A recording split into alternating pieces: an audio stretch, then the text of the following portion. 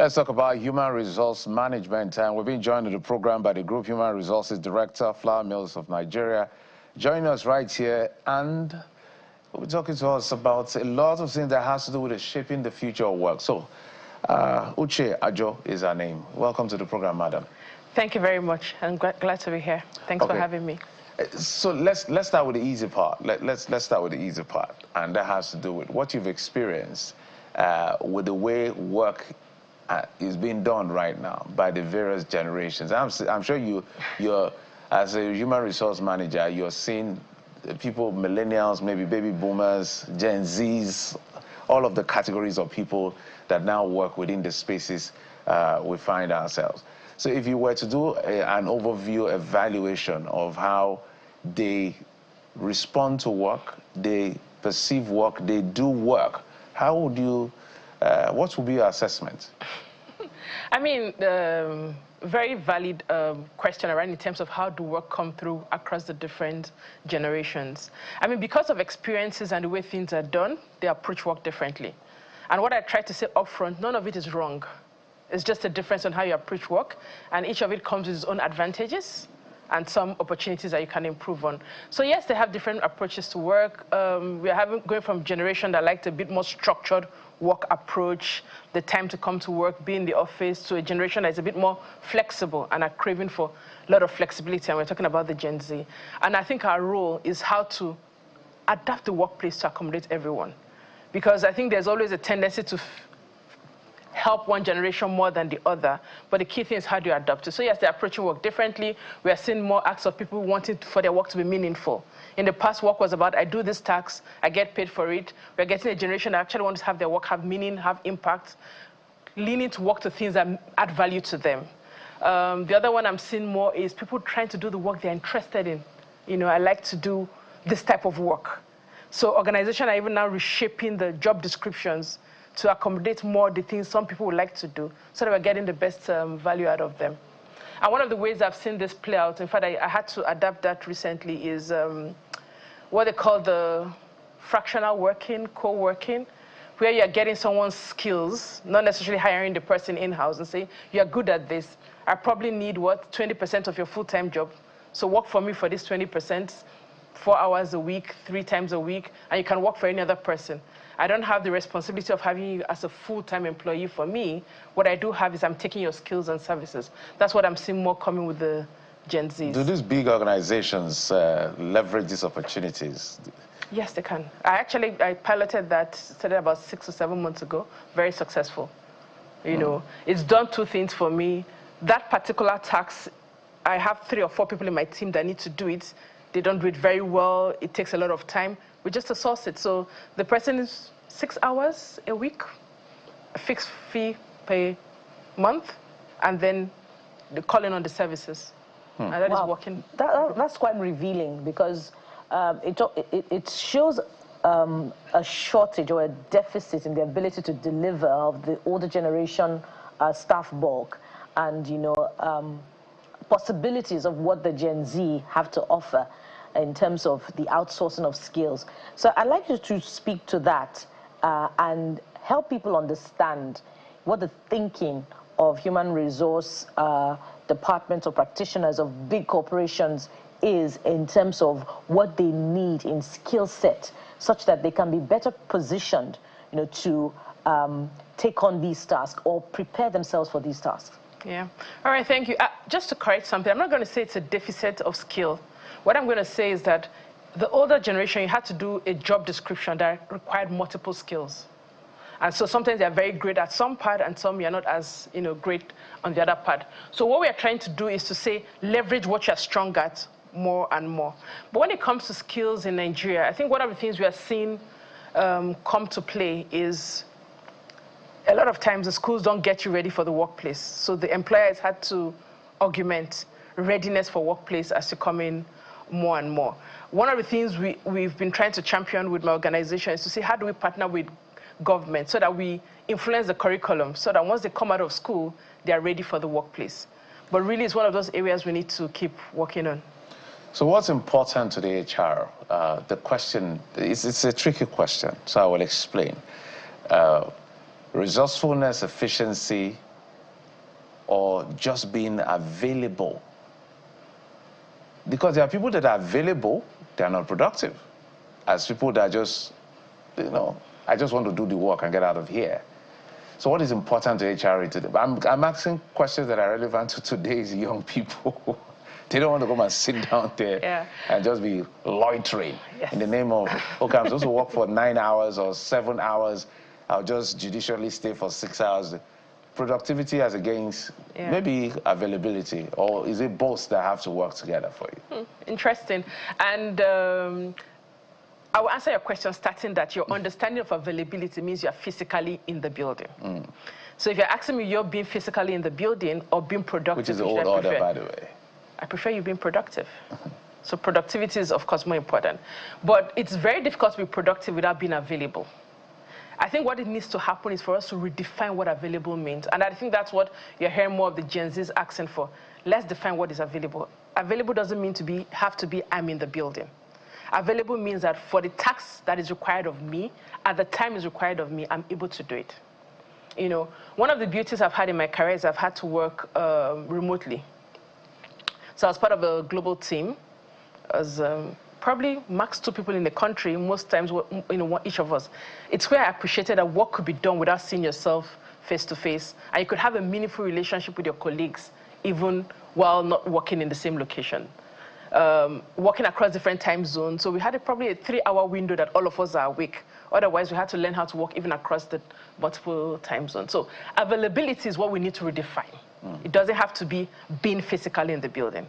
It has to be that you're available to do the work you are assigned to do and is delivered on time. Well, what is going on? So, go ahead, please. If they're working outstation, I hope that the big corporations are also making available what they require to deliver on that productivity that you're looking out for.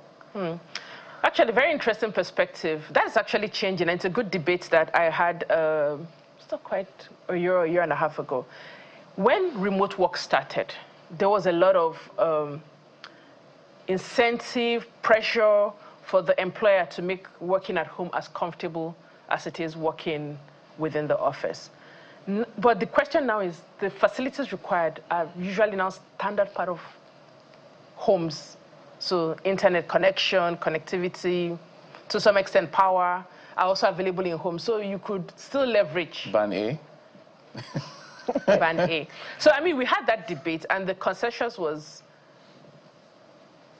if you opt to work from home, it's at your convenience. There's no pressure for the employer to make the conditions in the office same at home. So, but that's tricky, because it could mean an increase in the monthly financial outlook for the employee, which the employer should take responsibility for if you require that same level of efficiency. For instance, they may not have planned to put on their generators during the work hours, but they now require to put on they're required to put on their generators. They may need workstations. They may have had a budget for internet connectivity, at the month, but there's now an increase because they have to work from home. Yeah. So are those things also being considered? Indeed. And I'll look at it, there are 2 angles to it, and I'll lay out the 2 school of thoughts, and I'll share my perspective. When I require you to work from home, meaning I'm not providing space for you to work, I'm also expected to make you comfortable to work at home. That's at the minimum, And I have done in my past life up to desks and chairs and printers and things for people to have a home office to make them comfortable. Because to your point, productivity is for me, and I don't want you to have an excuse. But I have to balance that with, if you opt, where I have provided my facilities for you to come to, and say, look, for some reason, I don't want to come to your facility all the time, it's okay for me to say, it's fine, I'm okay with it. But please ensure that you're still giving me the same level of productivity if you choose not to come to the facility I've provided. I'm seeing that you're doing a lot of, there's a lot of pros. We have to look at things differently and evolve with time. But what are the setbacks? What are the challenges with all of these new approaches? I mean, when you talk about new approaches, a bit of more flexibility, working remotely, I think one of the setback I would say is how do we ensure that we have meaningful human connections, Because at the end of the day, there is a formal organization, there is the informal organization.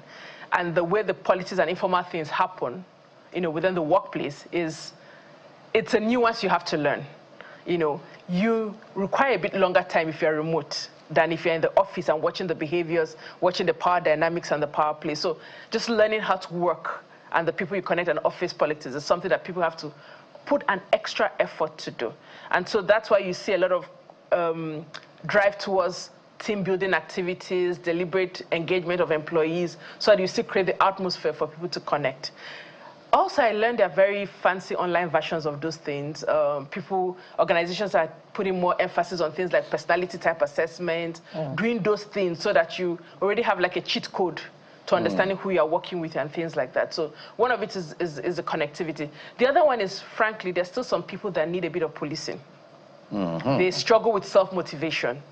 And this is why I tell leaders and managers, be very clear on your expectation. I think you're able to identify quickly where someone is not delivering if the expectations are clearly laid out and they're being missing on it. Then it's easy to have the conversation say, it's not working because I expected X, Y, Z, which we are reasonable, which we agreed to, and we're not delivering on it. Brilliant. I like personality test assessment.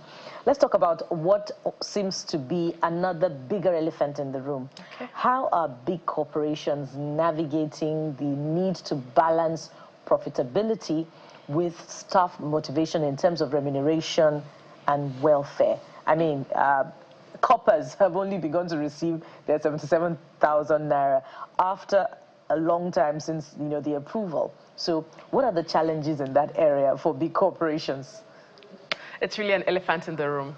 And it's a really fine balancing act, ensuring that you are paying the right money to motivate people and enable them to live. You're not even asking motivation, have a meaningful living wage to come to work and to deliver on, because at some point you get no value, if people keep coming that way. And then I think it's, like you said, it's a balance, looking at the balance sheet, making choices. I think one of the things that corporates are trying to do, and we have to do better, is actually making choices. What can I really do?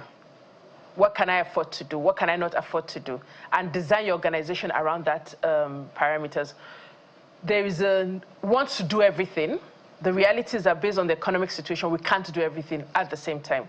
So it's how do I make the choices, the tough choices I need to make in terms of what projects and business I have to pursue, how many people can I truly afford to take care of and keep well. And then sometimes take out emotions out of it so that we can create that fine balance. And then, like you said, we've talked earlier, look at things like remote working, how do I balance cost for people? Look at the benefits you're offering. Are they also very meaningful anymore? If I'm spending money on a benefit that doesn't add value, can I make it flexible? For somebody to take part of his benefits now to do other things that I do. So it's all about being creative and also engaging the employees. I wish, look, I like the way you're thinking. And I think that's the way every HR should be thinking, so that, there's a balancing act. That's what I took out of this conversation, that balancing act. And knowing that the world is changing. The world is changing really fast. And this Gen Z, Lord. Anyway, Jeffrey, my next two questions put her on the spot. I wanted to ask her, what the entry-level offer would be for a young graduate that is approaching her, and why flour is expensive. We can't get a small cake anymore. But I wanted to get that laugh from you. Are you willing to answer?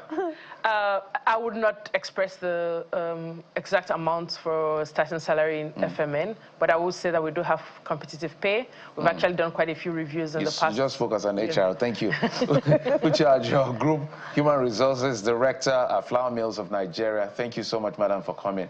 Thank you. It's quite insightful. We're going to get you back to talk more about these things. Thank you for coming. Thank you so much. Thank you.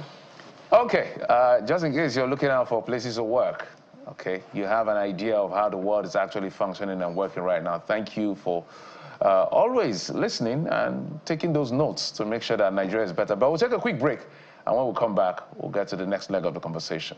Join us again.